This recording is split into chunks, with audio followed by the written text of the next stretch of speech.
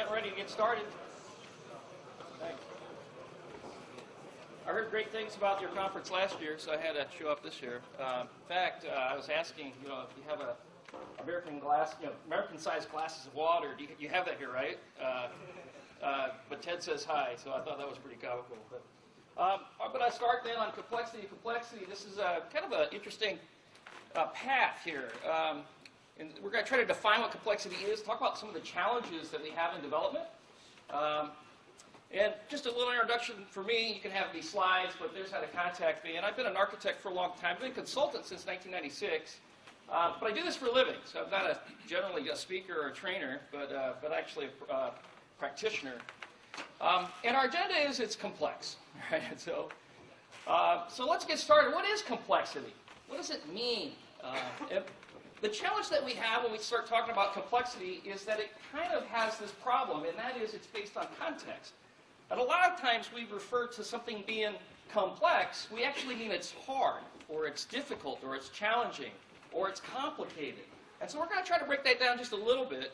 As we start to try to break down complexity, we can kind of think of the opposite, which is simplicity.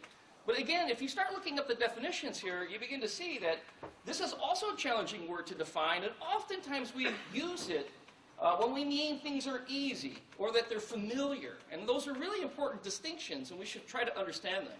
So to highlight some of this, I brought in some blog posts, and I thought maybe we could talk about them. The first one is this one. It's a blog you can see down here, and it tries to define what we're looking for in software development. And he defines simplicity as something that's easy to read, easy to learn and understand, right? And then he gives some examples. Python is good, and PHP is great, right? Isn't that awesome?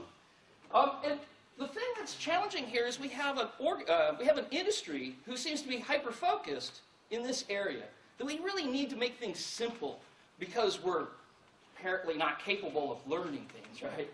I mean, to say that I can't read Polish, and therefore Polish is unreadable, is kind of a oxymoron. It's a little bit weird, right? A little bit strange. Although I did, what is it? Ale trochę rozumiem po polsku. So I have a little bit. I can understand just a tad, but it's a little bit dangerous. So when we talk about learnability, which seems to be the hyper-focus, right? We have this challenge within our industry. And I think this is a really great quote. I don't tend to read things, but I think this is worthwhile to spend a few seconds on. And this comes from O'Reilly. This is one of the blogs of the O'Reilly site. One of the most important gauges of a programming language are a couple of key things, right? How easy it is for a novice programmer to pick it up and how easy it is to maintain. Now, maintainability, as we'll talk about, is a really important aspect. But take that phrase and twist it into any other profession and see what we're left with, right? The most important element of being a soccer or a football player, right, is that to have a playbook in football is that any junior high or middle school student should be able to read and understand the playbook for a World Cup. That's what we're saying when we say this, right? This is a ridiculous statement, and that's what we want to focus on. Here's a site, a website for orchestra, and it actually has these two instruments on the same page. One of these is really easy to learn and to play and to start out on. The other one you would prefer to listen to for a great length of time in the hands of a master, right? In the hands of a professional, of a craftsman. So this is what we want to start to focus on just a tad is let's turn the knob just a little bit and go, wait a minute. We're not looking for the easiest thing necessarily. That's not the element of complexity that we're concerned with. So what is it? What is it that we're after? Well, so as we start to define things, there's a focus on the numberness of things, right? So that 1 is easier to understand or simple as opposed to maybe 5. And so we start to see a lot of blog posts, a lot of opinions that you should have really small methods. Now the fascinating part about that, of course, is within the same level of abstraction, within the same language, a reduction in the number of lines in a method means that you have an increase in the number of methods. You're just moving things around at that point, so it doesn't really change much. And notice a couple of things that I said. It matters the level of abstraction that you're talking about. So are we really concerned with the numberness of things when we start looking at simplicity? Well, here's another interesting excerpt, and notice where it comes from.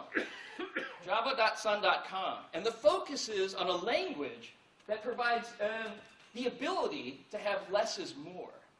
Java at that time was a better language to give us more from less. But do we see it the same way today? Right? We start to see some interesting things. You saw Twitter earlier today talking about moving to Scala, and there's a reason. There's a reason for it. So let's start to identify a few things. Is this simple? Probably. And the question becomes more interesting, is this any less simple? Is it more complex, or is it harder?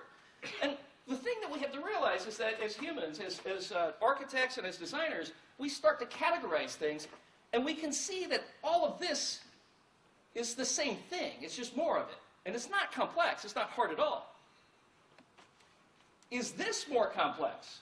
And now we start to define complexity, the actual term of complexity, because the term actually comes from a Latin term, or it's derivative from a Latin word, which is complexus, which means intertwine or twisted together. So in the areas where we have things that are intertwined ideas or intertwined dependencies, that is where we have our complexity. That's the part that we're trying to solve. Not to be confused with something that's complicated. When something that is complicated, because what's really important as a developer is that I have the ability and the capacity to understand, to see, to grok code, to be able to get it and understand it. How do I do that? I do that through abstractions. I do that through encapsulation. To the extent that I don't have those skills, I haven't had a good design, now it's complicated because I have to bring in the whole model at one time in my head and understand it all at one time. Right? That is something that is complicated as opposed to complex. So, the focus here then is on relationships of things and to remove ourselves from this idea of complicated. And I have a great picture, I think, that will help to illustrate this point. So oftentimes, as I mentioned, complexity is confused with complicated. So I'll start out by sharing with you that I'm a pilot. In fact, I actually looked up to see if I could rent a plane here, and it's really hard to figure out a place. Here's the plane that I have. I live in St. Louis, Missouri. I own this with 3 other guys. And why I bring this up is this. A lot of people would look at this and they go, that's a lot of knobs. There's a lot of switches. It looks complex, but is it? And I would contend with you that it is less familiar to you, potentially, if you're not an aviator. I look at it and I say, I don't know what I would pull out to and still maintain the level of safety that I would want as I fly from one point to another. Right? There's some redundancy there, which is probably a good thing, but it's not complex. Frankly, it's not even hard. It's just not familiar to those who have seen it. Right? Now, I would refer to this sometimes when we look at architecture and design as essential complexity. This is something that's necessary. It's required for its function. On the flip side of it is this, accidental complexity. Right? We have a challenge here. The question you might ask yourself is, let's say someone moves up, a new tenant moves into a building. You're going to put a new line in. Does it matter where you put that line? It probably doesn't, right? Now, this is some neat external realizations, but I have a friend of mine who's a comic from St. Louis, and he wrote this. I thought it was phenomenal. It really makes a point. Up here, if you can't read this in the back, is an Apple product. It has one button, right? Here you have a Google product, and it has one little line that you can enter stuff in. And the thing that's really amazing about this little line here that you can enter and hit search buttons, or hit the search button, is that it's not behind the scenes entirely simple. You can actually put algebraic equations in there, and it'll give you an answer. It's not search anymore. It does all kinds of crazy, great things. But here's the product that we create for our company, right? Which has a lot of moving parts and meets all the requirements, of course. So we have these challenges in the process of trying to create a product. We have challenges in trying to abstract out some of the hardness, right? The things that are complex about our systems, making them accessible to advanced users, but hide them and make it intuitive to a beginner user. So we start to look at drivers of simplicity itself. Here's the things that I see. So they're just my own observations. What is it that drives us to make a language so approachable as somebody in 10th grade can figure it out, right? We want things that are familiar or easy or newbie friendly. But do we really? right? Is that what we want to base our corporate software on? Is something we're going to build on Lego blocks, right? Because it's easier that way. That's not what we do. So the thing that's interesting here is that even when you have simple rules, things can be seemingly complex. So an example that I like to use here is this.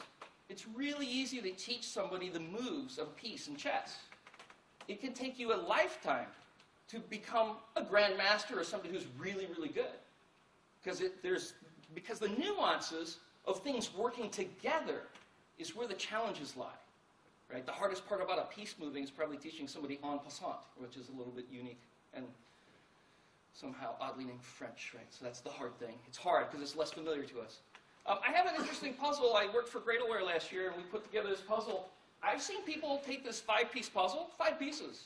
I've seen them for 2 hours at a conference trying to figure it out. The idea here is that you would build a house that has a chimney. Right? And I have it with me if you want to try it. All right, we'll see where you guys stand on that spectrum of how simple that is.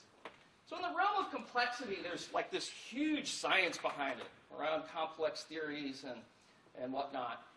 I only introduced this for one purpose, and that is you'll read some things, and you can see where I've taken this from, this around complex systems, to which I don't entirely agree with. So it's interesting to actually take a difference from the quasi-experts out there.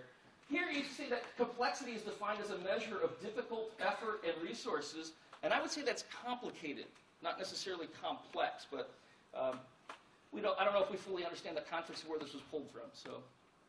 So what are the drivers of complexity? I see the drivers of complexity being, and we're going to focus on a number of these, but a development team, your language selection, and application abstractions. Those are core. So in order to talk about a team, we need to start to understand how people learn and where they are in life in their development. So the problem that we have when we start dealing with team is it's really the size of team, right? Am I dealing with 5 or 50? Because the number of people I have to interact with is an n+1 problem. I have to then relate with each one of them.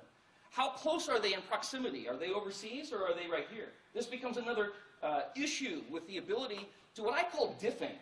I discovered through my career that what I'm really doing is I have this mental model in my head of the solution set.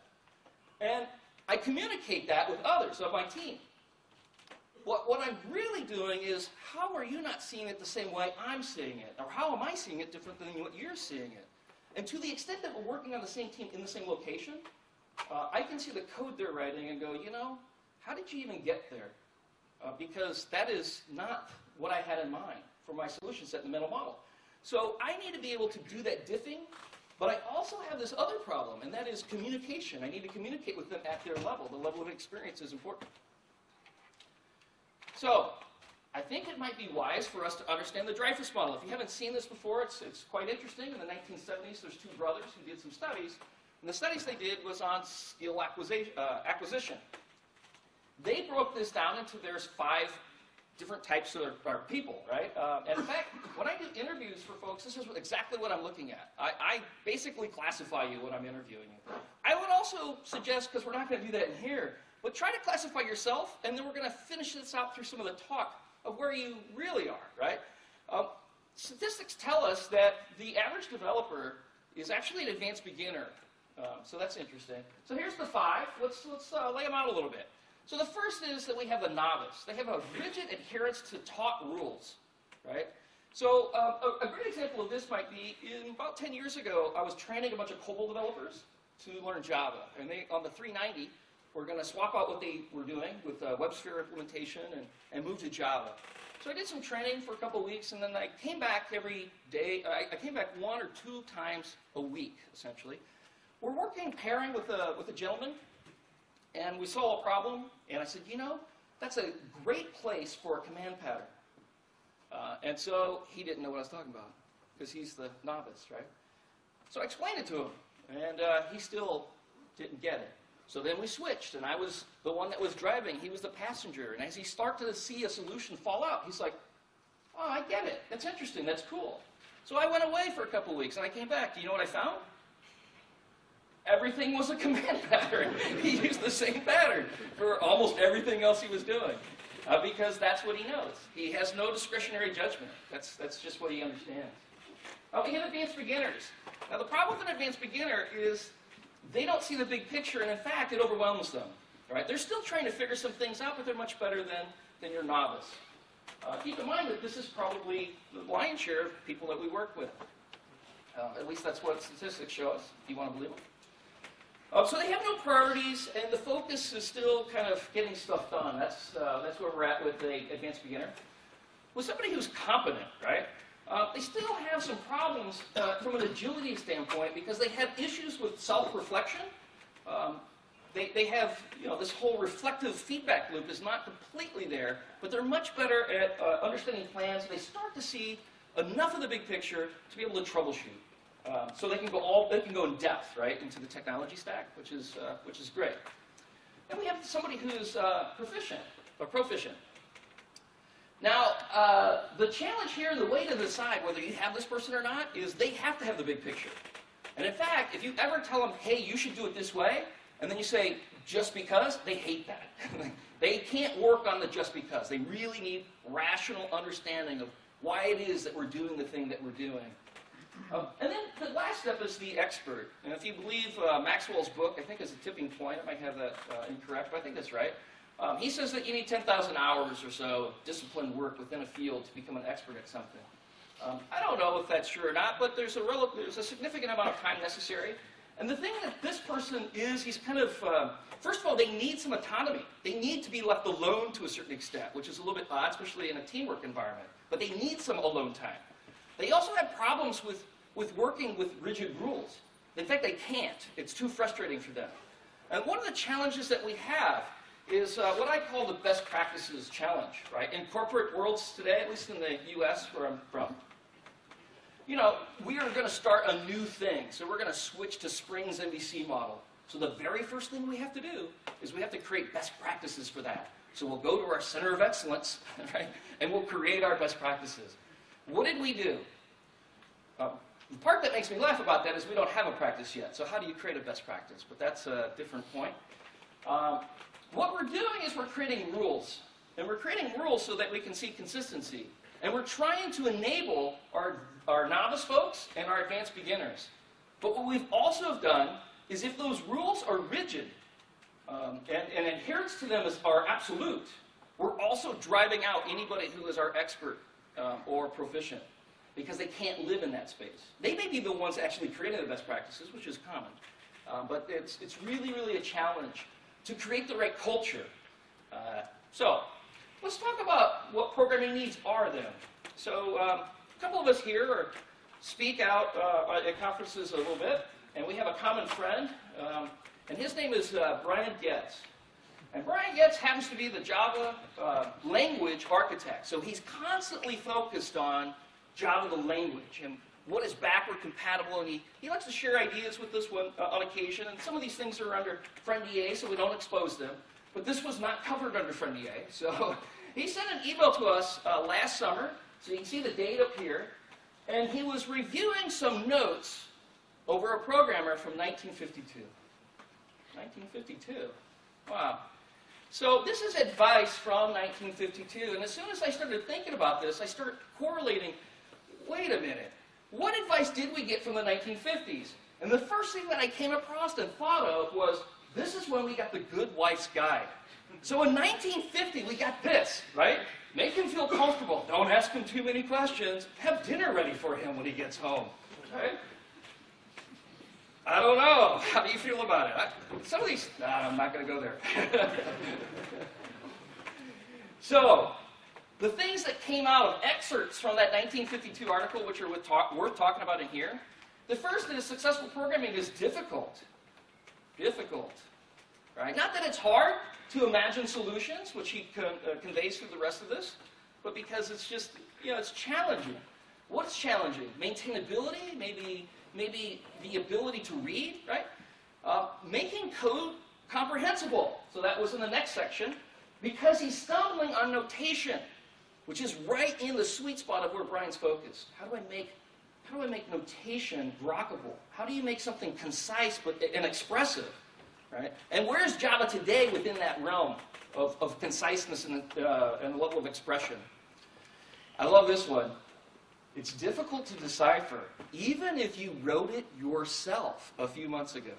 These are the problems from 1952. How are we doing today? Have we advanced? I had some code delivered to me for review. I commonly will use it. I sterilize this so there's no client information involved. And I commonly use it for interview reviews. And it looked like this. They had a POJOs, and through the POJOs, they created a method called the toXML string. And you can see the output of that is up here, the XML that was supposed to be created.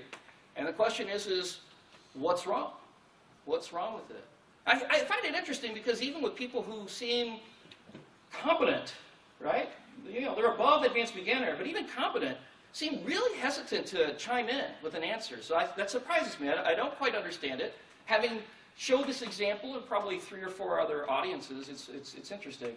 But the things that immediately came out to me, so here's what happens. When you start looking at the 5 levels of skill acquisition that we talked about, at the advanced beginner or novice level, well, first of all, the novice level, they don't know. They just don't. They're like, well, this is what you told me to do.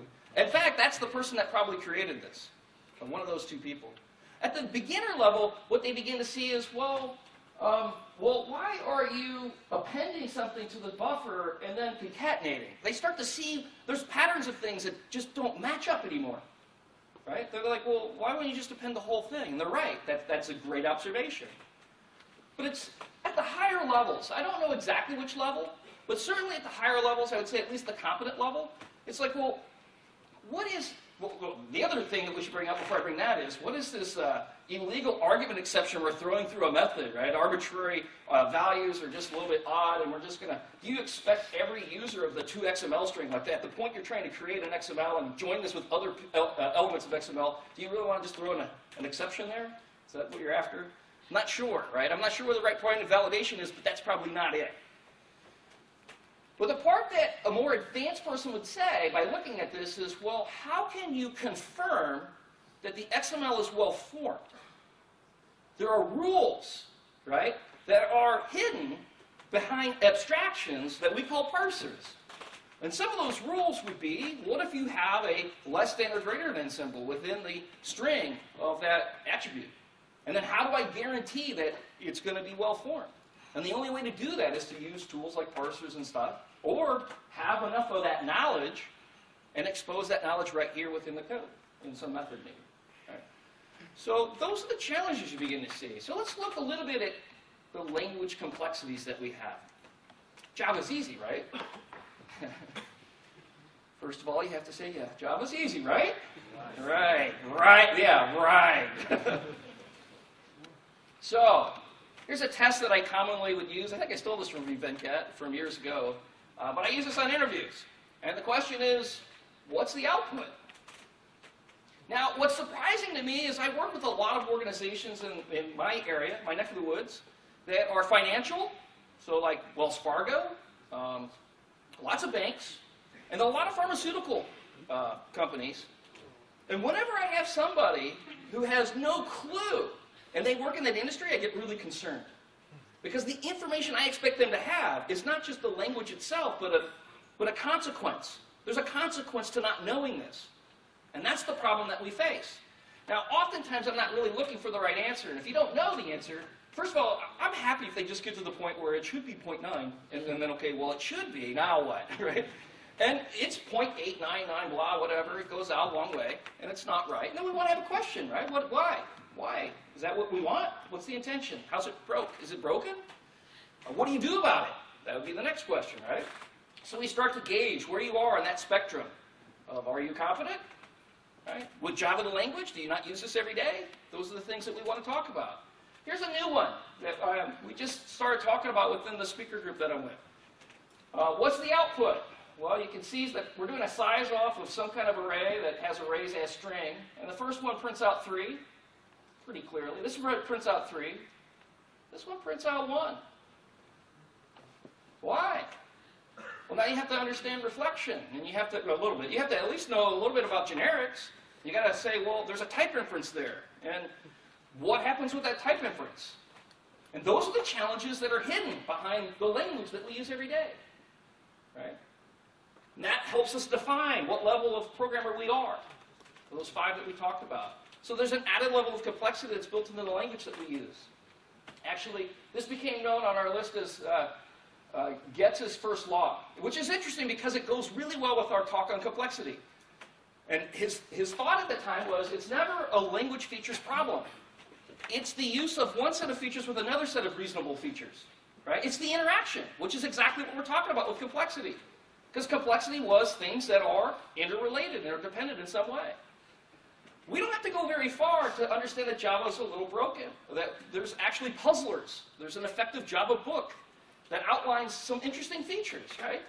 Like the equals and hash code. We have rules around that. We have rules around that. What do we do about double precision, things of that nature? So just the case of simple, of equals. We just want to make sure that our Java beans, we can compare equals. Well, what are the rules that we have? Well, one rule is reflectiveness. If A has to equal X has to equal X. It's reflective. We expect that X will always equal X. That seems like a reasonable rule. Some of these we just don't talk about much. They're kind of expected, right? Symmetry. So if X equals Y, then Y should equal X. That seems reasonable as well. Well, we can start to give examples that I won't go through in great detail here, but you'll have the slides and you can compare them, where we can break the rules. So that we provide some interesting fixes. The problem is that there's another set of rules, which is that it's transitive. And as soon as you get to the point where you add all of these rules together, it is quite possible in Java to have a hierarchy model of Java beans for which there isn't a way to define equal. Now, what happens when you have a programmer who doesn't understand that? What happens when they throw a bunch of things that have a ill-formed equals, which they assume to be correct, into a hash map or into an array? And all of a sudden you get some things that are not predictable any longer. Right? And they don't understand because there's an underlying need to understand a greater level of depth here on some of the rules that are associated, things that we have to know about. Right? So we start to change things how we code. We break apart and we don't have a hierarchy model, we have a delegation model. The point is that you may be coding things in a hierarchy for which you can't have a valid equals. Right? So, it's necessary for us to understand the rules is the point. That it is possible to not have a set of instantiable classes that are not follows the full equals contract. So, what are our possible solutions? Well, let's look at some other languages. There's actually a series of rules in order to make a class in Java immutable. And you need to follow them. There's a lot of them. It's not a few. We can assume them. But trying to keep something encapsulated is sometimes challenging. Or you could use Groovy, in which case all of those rules are encapsulated in this one keyword. Right? And it will do all the things magically for you underneath the covers. Now all of a sudden we have the concept that we're after, the abstraction that we're interested in, and notice we didn't move lines of code around. We didn't change the number of lines of code, other than we reduced it into something that's a much more powerful abstraction, which is where we can start to reduce complexity or our ability to understand code at just a glance. Which would you rather look at? That, and try to figure out if it follows all the rules, or that? Right? Which one do you think you can understand the quickest? Right? So it's not about reducing to something that is easier to learn necessarily. It's the thing that is more powerful from an abstraction standpoint. That's the core of where we want to be. There's a great example out of the closure book. All the things here that are used within string utils can be boiled down into this line of code. Ooh, there's a lot of parentheses there. That is unfamiliar. You're not familiar with it. We begin to look at things as odd because they're less familiar. Is it hard? I would venture to guess that if you know the very simple rules of Lisp, that it is actually easier in many ways. It's just foreign to us. Right? So there's a great book out there, and actually blog post that comes from Paul Graham on this. So if you look at here, one of his weapons was Lisp. And he's the one that was one of two people that created what is now the Yahoo stores. And their weapon was Lisp. He created this great blog post called the Blood Paradox. I'd like to just go through that for a second. And the paradox basically says that whatever your comfort level is on a language, you look down on the less powerful languages going, why do they even try that? Why? That's ridiculous. This is so much better. But you look up at the more powerful languages, which is a debatable concept all on its own, right? But you look at these other really foreign syntaxes, and you're like, that's crazy. Who would ever use that many parentheses, right? That's great. And I had to pick something I thought was the most weird, which is Haskell. So you look at Haskell, and you're like, whoa, what just happened?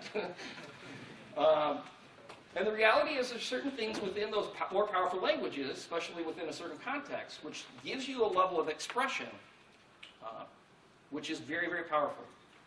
Right? And it's not that it's hard, necessarily. I can learn Polish. I'm trying. I'm trying really hard. All right, so everyone knows it's a mistake, right, to code everything in assembly language. Everybody seems to know that. I'm not going to do that. That's crazy, right? But it's also a mistake not to use the most powerful language that's available to you, right? Now, would you write everything in assembly language? Would it be more efficient? Yes. You could make something more efficient if you knew enough about that. But you choose not to. Why? Because we're going to use a higher expressive language, be hidden behind that abstraction to reduce the complexities of what happens at the lower levels. Potentially even being able to hit multiple platforms off of either a great VM or off of a cross-compiler. So our focus then should be on conciseness and abstractions. So let's look at it from an architectural standpoint. The challenge that we have there is, I have about 7 of them, I believe. It's really understanding the level of scale. So we talked about 2 things already. One was the team and understanding what level they're at. The other was the language and the ability to express something in a more grokkable way and abstracting out things, which helps with our complexity levels. This last thing is on architecture. Now, when I see 2 architects arguing, it's almost always, like when they're adamant about their position, it's almost always because they're talking about and arguing about different levels of scale. Right? Well, we could use asynchronous here. We could make it more scalable. Well, it adds an extra level of complexity that maybe is unwarranted. In fact, I found it really great listening to some of the discussion earlier this morning on Twitter, and I agree with a number of things. One of the things is abstract yourself away, and then as soon as you have a scaling issue, then focus on that scaling issue. Right? So let's look at this for a second. We have a problem, and the problem is that we want to be able to drive to, or get to, the 7-Eleven down the street. Now, being American, I can't walk there, right? So we have a vision of what's necessary. Maybe it's a bike, maybe it's this car. What we tend to do, and this is where we have problems of trust between business and IT, is that we tend to build a rocket ship. We're like, you know what? We'll get there in the fastest possible mechanism, right? And we'll get to see space. So I equate this really with the whole EJB world, right? The EJB world is, do you really need that level of scale? And we find out, oh, we have 200 real users and 10 of them hitting concurrently at the same time. We just don't have that level of need of complexity. Now, the problem that we have with architecture is there's different evolutions of scale, different evolutions of architecture, which is a really hard thing because it's not well defined. But I can guarantee you that, well, let's describe eBay, which I have later on in the slides as well. eBay has the consequence that they can't have transactions across distributed transactions. It's not possible at their level of scale at all. Now, a lot of people actually was laughed at when I brought that up with a certain group of people. Right? They're like, what if you were told you couldn't use transactions at all? What would happen? What would your life be like? At their level of scale, they can't. If you can, it's because your solution set allows for you, which allows you to have some level of consistencies, and it allows you to abstract yourself from another set of problems, something that might be more complicated. At their level of scale, they can't. Now, why wouldn't we all build systems like eBay? Or build systems like Twitter, we heard about this morning? Why wouldn't we just all do that? Just learn from them and build it. It's too expensive. It's too complex for our needs. So the hardest part, when we talk about the complexity of complexity, is that there's not one answer. You have to apply to the context you're in, to the level of scale that you're at, the solution set that is the most efficient as far as costly goes. Right? That's easy to draw. So in this EJB world, in fact, I often refer to this as the irrational exuberance to moving to EJBs. I also think that vendors are the pushers of complexity, right? Vendors are pushing their solution in a way that sometimes is really challenging. In fact, I had a project a while back. It was interesting. There's a company. It's a large credit card processing company, which you're probably quite aware of. They just spent $3 million on Pegasystems, which is a kind of a workflow thing. And the question that they gave us, as I was the architect on the team at the time, was, could you, that's a dangerous word, by the way, could is a dangerous word, could you move this system to Pega? Now, why would they ask that? Well, the reason they would ask that is they want to cost justify $3 million. And they want to spread that out across a number of projects, and then they can say, yay, we're using it for more than we thought. What just happened to my system? It grew with incredible complexity to fit it, to make it work, right? The question being dangerous is could. Why is it dangerous? Well, I could probably do whatever. I could jump through hoops and make it work. But the reality is it doesn't make any sense. Right? So you have to be somewhat political in our approaches on architecture, which is a little bit crazy. The next level of architectural constraint here is flexibility. So it was interesting that some guy has his head stuck into a racket. But it demonstrates the level of complexity or flexibility that sometimes is required for nebulous requirements that we're asked to, just come up with something. In fact, this just happened to me last week. We want one model or another model from a business perspective, and they said just design it for both. Well, as soon as I start designing it for both, we've added an extra level of complexity in order to manage that. They have business reasons why they may want to switch, so there's value to it. But trying to have that flexibility with no business value makes no sense whatsoever. Whenever we increase flexibility, we almost always increase complexity. So it's a point of interest you want to focus on. Challenge 3, enterprise standards. So I'll start this by talking about assembly again. In the gaming world, we have C code that writes most of the games, and then we go back and we switch out certain functions and features that require a lot of performance. Right? Wouldn't it just be easier to have one language to maintain? Shouldn't we just use Java for everything? That way it's simplified. Right? Is that true? Why don't we use assembly for everything? It would be simplified. See, that analogy doesn't make any sense, does it? At the enterprise level, there's a lot of architects that would say, we're going to switch to SOAP for everything. It's one fits solution, works for everything, right? It's crazy. They're focused on the numberness of things. We have one protocol. But it's also probably the worst possible selection. SOAP is great when you have the need to interact with something that you have less control over. When you're interacting with a vendor product. Within your own organization, you would never do that because the performance is terrible, right? Also, the payload is terrible. And you can't scale at that level. You can't scale with SOAP unless it's back-end systems. You can't scale with synchronous solutions with a web user is my point. All right, so integration. So we have this vision. We create this app. It's somewhat of a silo. We have this need to start to integrate things. Why? Because we've got an N+1 problem. So we need to create a bridge. So you're going to create a bridge, and you're not so sure. It looks like it hits the other end. Not completely sure. And we have this problem. There's our problem, and we want to integrate an easy solution, and we know we're going to grow. So we have this vision of growth, and it looks like this. And we do grow, and it looks like that.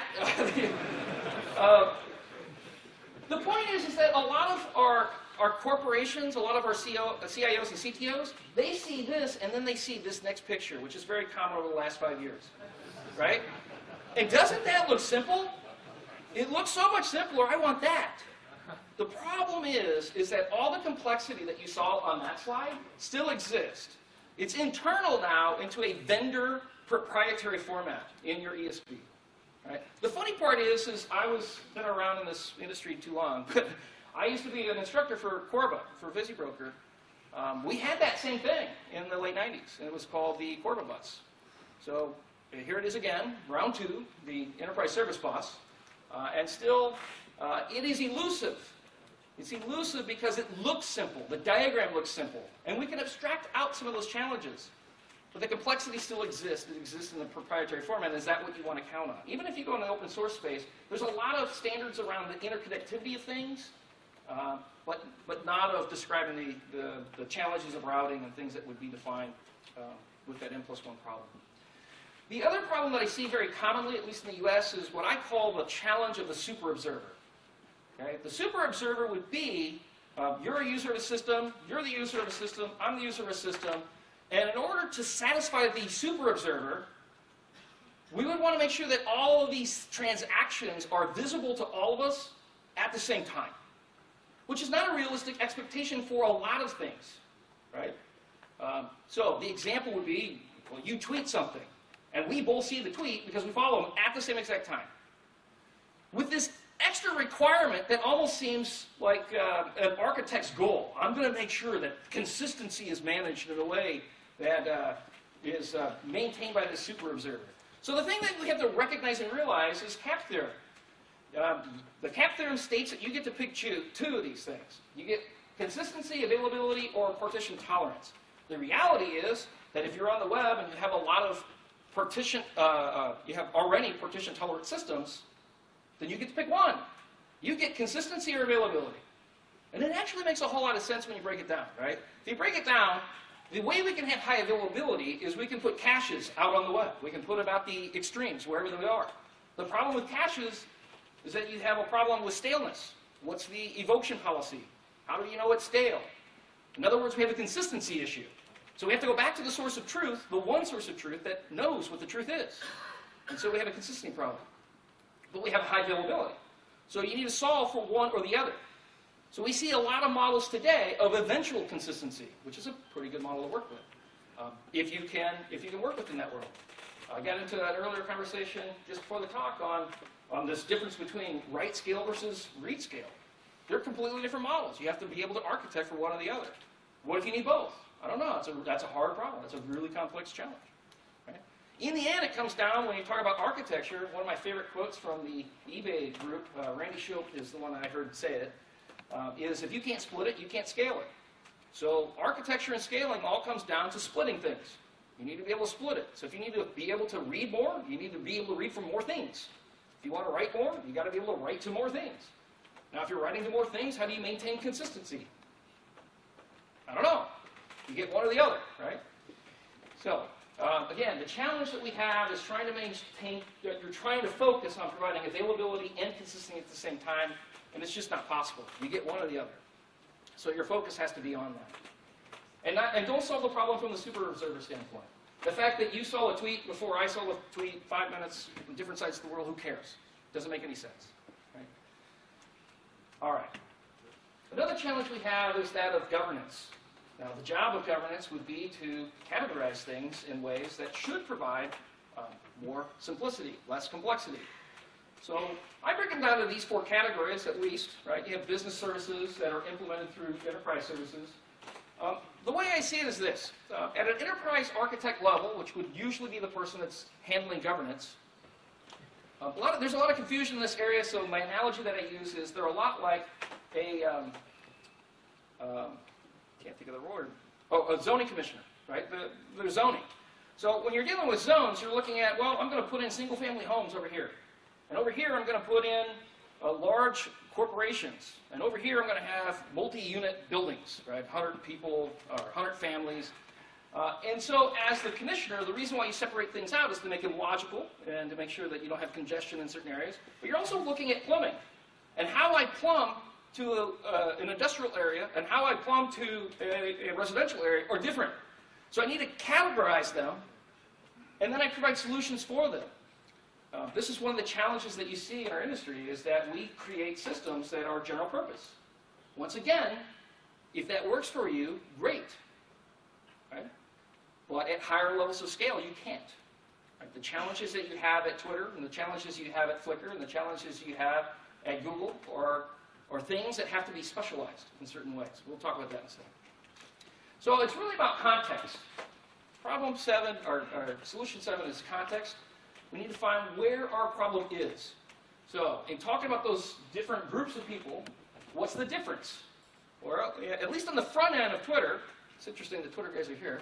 On the front end of Twitter, you have low packets, 140 characters, happening lots of times, right? So you've got to be able to respond. Which is different from a Flickr model, which is heavy I/O. I have an I/O issue. Right? When you have an I/O issue, you have lots of memory concerns on the back-end systems. In fact, one of the differences that you would look at is like an Oracle system. You have a lot of data in a data-centric world. You have very low CPU. It was interesting to see the transition that Twitter had, because they should have had low CPU, right?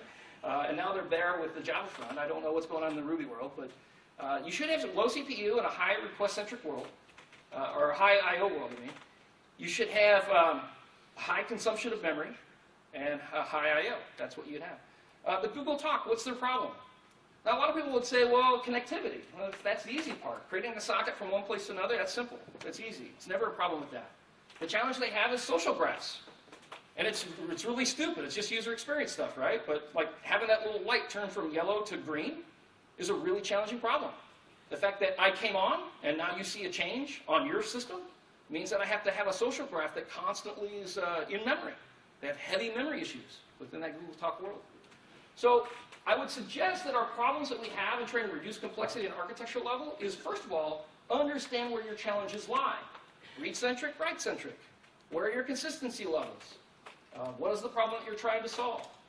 So abstractions are your solution in the right context. So I bring in some eBay solutions as we finish this out, looking at high scale, because they said some really interesting things. I think you would see them comparable to even the earlier talk today by the Twitter guys. So some of their best practices, always like that, right? Best practices. But they're standard stuff. You want to be able to split stuff, right? Split horizontally, split vertically, abstract things. That's where we're at. The thing that I think is the most important aspect to focus on is that they have differences in how they approach things. This, again, is very inconsistent with a lot of corporations. They focus on their core business, and I guess we have to define that, right? Their core business is auctions, is bids. They would never lose the order, or they would never lose a bid, the order of the bids or the bid itself, right? Now, how do we get there? The challenges associated with that are interesting. So the term that we use architecturally is idempotent, which is foreign to a lot of people. So idempotency says that if you do the action again with the same state, that the end state will be exactly the same thing. So a great analogy here, which makes things simple. If you go to your SQL database and you say, delete this row, right? And then it deletes it. And then you don't know. You have a replay mechanism. You don't know if it executed or not, so you're going to replay it. And you execute it, and it was successful the first time. You say, delete this row. What happens? Ooh, wait a minute, bad things. That row doesn't exist. That is not an idempotent system, because it had a different response to what you did. If you have a system like a RESTful systems are intended to be idempotent. If you said delete, the HTTP verb for delete for a certain URL, and you replay that a second time, it doesn't care if it was there or not. If it was there, it removes it. If it's not there, it assumes that, well, I'm in the state you wanted me to be in. That is idempotency. So it's really, really hard because it's foreign to us. Once again, notice the words. It's hard because it's foreign to us, so it's not familiar to us, because we generally work on things that are not idempotent. That's the challenge that they have, is to be able to recover in a highly fault-tolerant way. And that's what they do within their core business. Now, that's a level of complexity that costs money. You have to have the right people, you got to have the right understanding, and it costs money. On their non-core solutions, like registration, that's not core to their business. They, of course, want you to register, right? But your experience could possibly be, I'm going to register, and I start filling some things out, and then all of a sudden, it's like the user experience could be, hey, I'm sorry, bad things happened, could you start over again? Now, the reason why is because we can pay a lower cost for non-core services and put them on highly fault-tolerant hardware and provide a hardware solution instead of a software solution and pay less. So they make logical choices as to when they increase or decrease the level of complexity based on the context of the problem that they have. And that seems to be missing from a lot of our environments. So they virtualize components, which again is a level of abstraction. I'm going to finish out with one of the things that they said, which I'm a total believer in, is embracing inconsistency. which seems really hard for people for some reason. If you're looking for high availability, then you have to focus on, okay, how am I going to deal with a very inconsistent world? Of course, feature by feature. And I also love the fact that dependencies matter. Everything about what we're talking about when we talk about complexity is the interrelationship of things. When we talk about interrelationship of things and managing those dependencies, reducing dependencies is core, as well as managing and making sure that you're staying within the rules that you've provided. This is beautiful. It's a mistake to worry too much about scale. And at the same time, it's a mistake not to worry at all about scale. Right? So obviously there's a spectrum there, and you have to figure out what that is. What they're saying basically is don't pre-optimize the caches. You don't know where your challenges lie yet. You don't know until you have a use case model, until you see an execution path, until you understand it. As you begin to understand it, you can start to react to it. That would be the model that you're after. So, our solutions for managing and reducing complexity consist of having a good team, right? Knowing where they sit and lie on that model. I'm not saying that you can't have newbies on your team. In fact, I love newbies on my team. Why? Because they're going to ask me stupid questions, and I'm going to tell them, that's a stupid question. But I want them to challenge my assumptions. I sometimes will say, this is the design we're going to go with. Why? They don't understand, and they're seeking to learn. But by challenging me, I'm learning too, because I'm reasserting, does that still make sense? And I can have that own assertion within myself, but I can also educate. And it's a beautiful situation. Right? It really is. The other part that I would add to that is there are 4 costs to software development. There's the ramp-up cost, training cost, right? The thing that's odd about that is that employers seem to assume that you should have that already. I'm hiring you already with the skills, so I shouldn't have to train you yet, anymore, which is silly. What if we're going to start a new project, it's going to be heavily jQuery focused, we have limited exposure to it, we know a little bit, we've read some. What if you spent a week learning about good design within jQuery, like really learning, training, all coming up as a group, as a team, together? What happens? Well, the other 4 costs are the actual development effort, the operations, and the maintainability. What happens when you have a good design? We reduce development costs, we reduce maintainability, and operations doesn't change. Right? We can actually change the cost of software by elevating ourselves up that skills acquisition. So don't dumb down your tool. Actually increase your abstraction level. That would be your focus. Pick a good language. Pick a good tool set. Is there a right answer? Is Scala the answer? Not for me. I don't think that you have to apply it to the problem set that you have. I think that what we heard this morning were rational and justifiable reasons, right, for them, and it works for them. Do I personally believe that you can't build a scalable solution in a dynamic language? Absolutely not. I think that's crazy talk. But if you run into problems, you are looking for other solutions, right? And things are better now. As was mentioned, JRuby's better.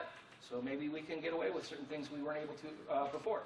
Reducing interactions, reducing the number of connection points, providing great encapsulation and good design. That would be your focus. By doing that, we can reduce complexity. So I commonly will say that it's actually cheaper to build solutions with the right people than the cheap people. So I think it's a little bit bizarre that sometimes we focus on cheaper and less experience so we can get away with that cheapness, but it actually becomes more expensive long term. It's almost always the case. But providing good teams with a good language, with a good design. With that, I guess we have 4 more minutes if you want to ask questions. Thanks.